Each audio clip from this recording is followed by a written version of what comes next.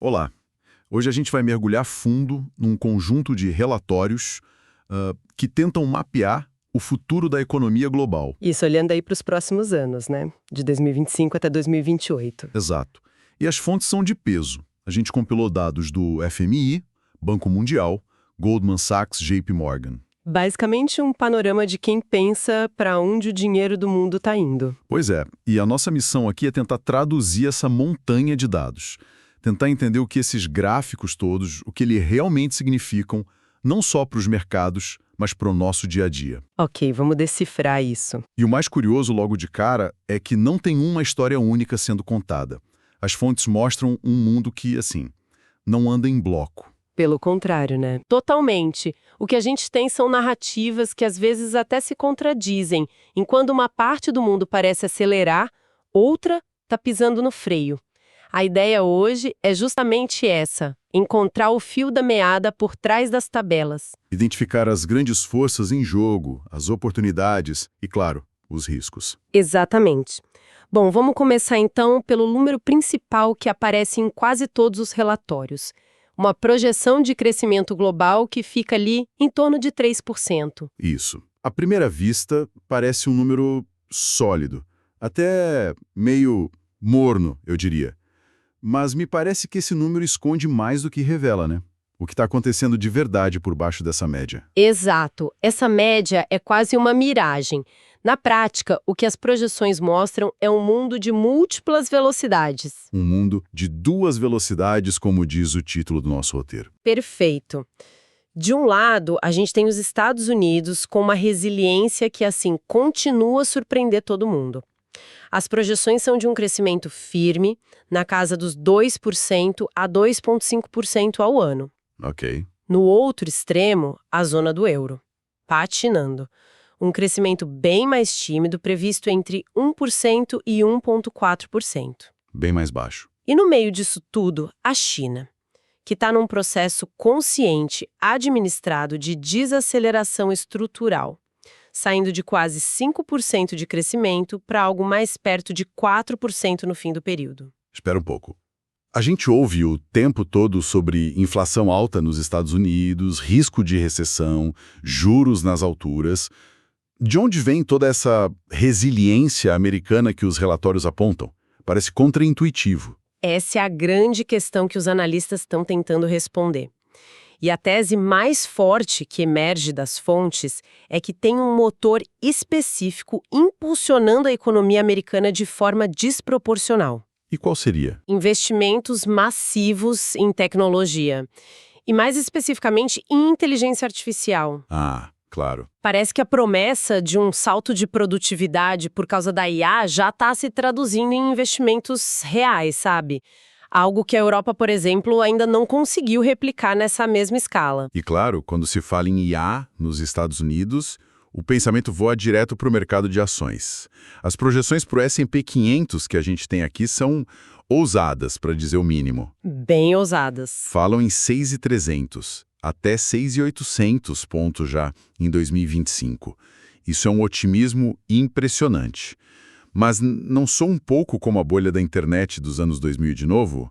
Uma aposta gigante numa promessa que pode não se materializar tão rápido? Você tocou no ponto nevrálgico de toda a análise. O mercado está ciente desse risco, sim, e os relatórios até dão um nome para esse fenômeno: o grande desacoplamento. O grande desacoplamento, gostei do nome. É forte, né? A ideia é que pela primeira vez em muito tempo, o desempenho do mercado de ações pode se descolar completamente do desempenho da economia real. Ok, grande desacoplamento. Me ajuda a entender isso na prática. Quer dizer que uma gigante de tecnologia pode dobrar de valor enquanto a padaria da esquina está lutando para sobreviver? E para o mercado, só gigante importa. É exatamente essa a lógica. A Goldman Sachs, por exemplo, projeta um crescimento de 11% nos lucros das empresas do S&P 500 em 2025. 11%? Isso. No mesmo período, o PIB nominal dos Estados Unidos, que é a soma de toda a economia, deve crescer cerca de 5%. Metade, basicamente. A aposta, portanto, é que um punhado de empresas de IA vai basicamente hackear o crescimento, gerar lucros extraordinários, mesmo que o resto da economia ande de lado. é uma aposta de tudo ou nada na tecnologia. O que, como eu disse, carrega o fantasma dos anos 2000. O risco é o mercado estar precificando uma revolução que ainda não aconteceu de fato. Exatamente. É um risco considerável. Entendi.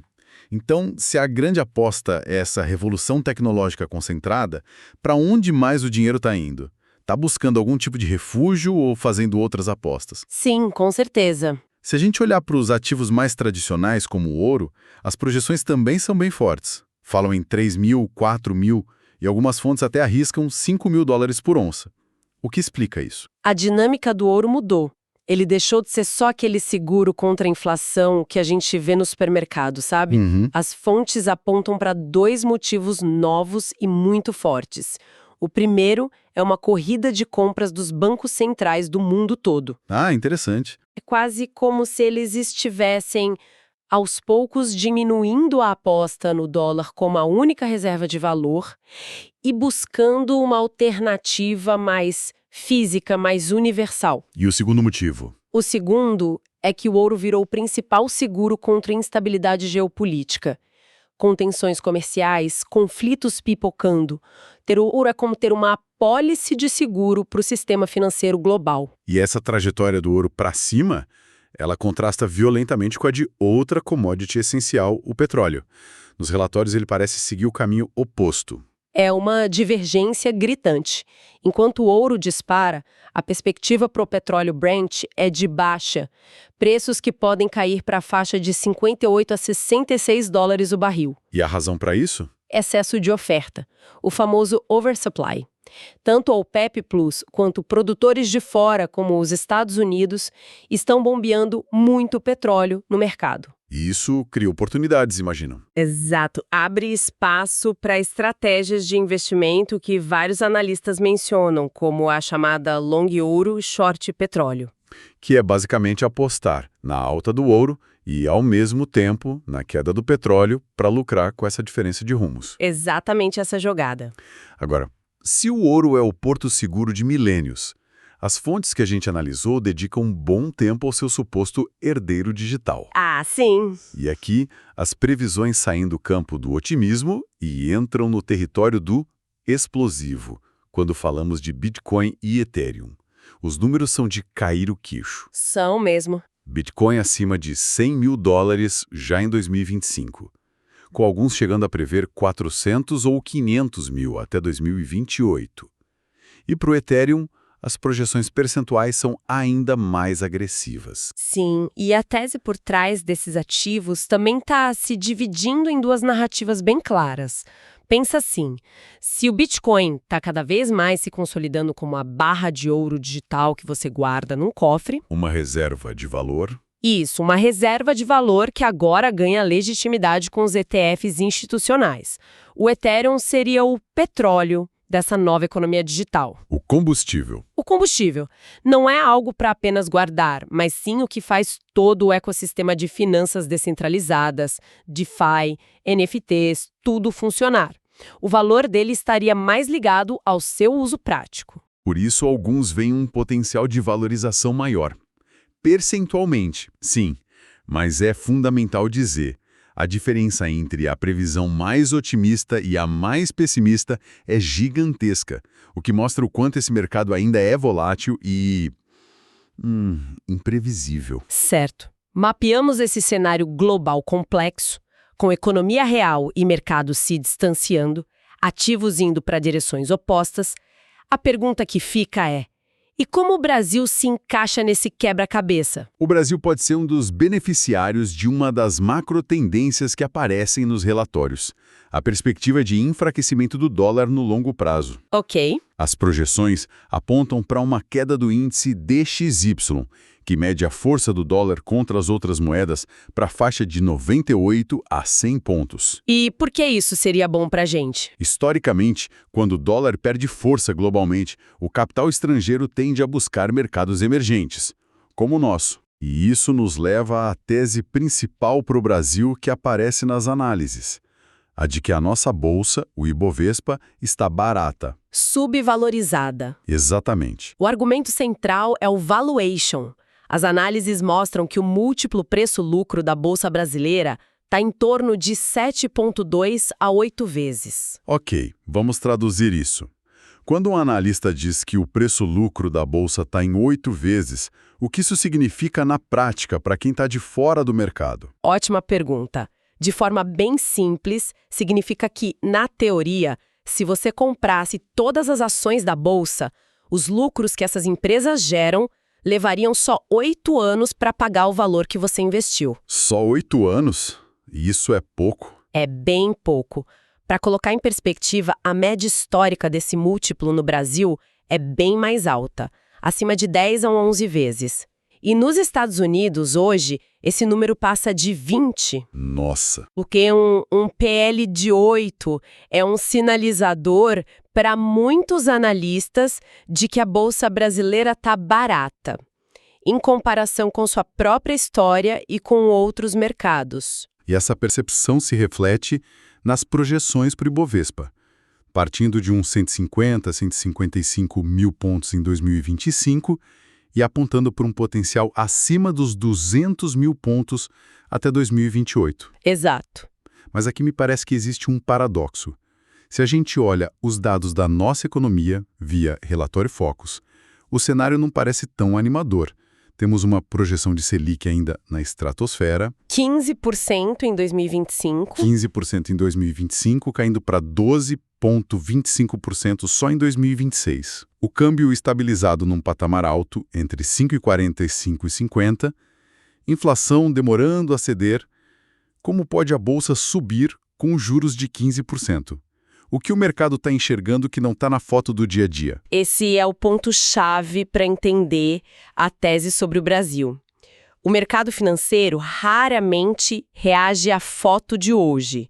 Ele tenta adivinhar o filme dos próximos anos. O pessimismo já está no preço, então. Isso. O otimismo não vem do cenário atual, mas da expectativa do início de um ciclo de queda de juros, mesmo que demore. O grande gatilho que as fontes esperam seria a concretização da queda do dólar lá fora. Que traria o capital estrangeiro para cá. Exatamente. Capital que viria duplamente atraído, primeiro pelo dólar mais fraco e segundo por encontrar aqui ativos considerados baratos e que pagam um prêmio de risco interessante.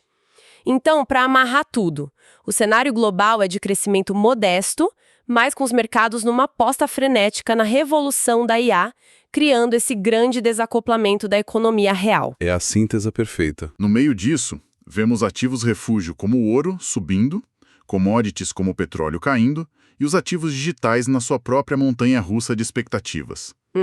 E o Brasil, nesse contexto, surge como uma aposta de valor, uma espécie de porto seguro de oportunidade, dependendo de um cenário externo favorável e da confirmação de que os juros aqui em algum momento vão começar a cair. É isso. E a reflexão que fica, ao juntar todas essas fontes, é sobre a tensão fundamental que elas revelam.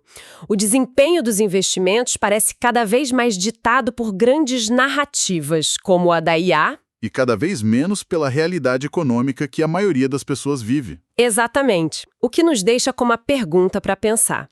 Se o mercado financeiro deixa de ser um espelho da economia real, o que ele está refletindo? E, talvez mais importante, como a gente navega num mundo onde esses dois universos podem caminhar em direções completamente opostas?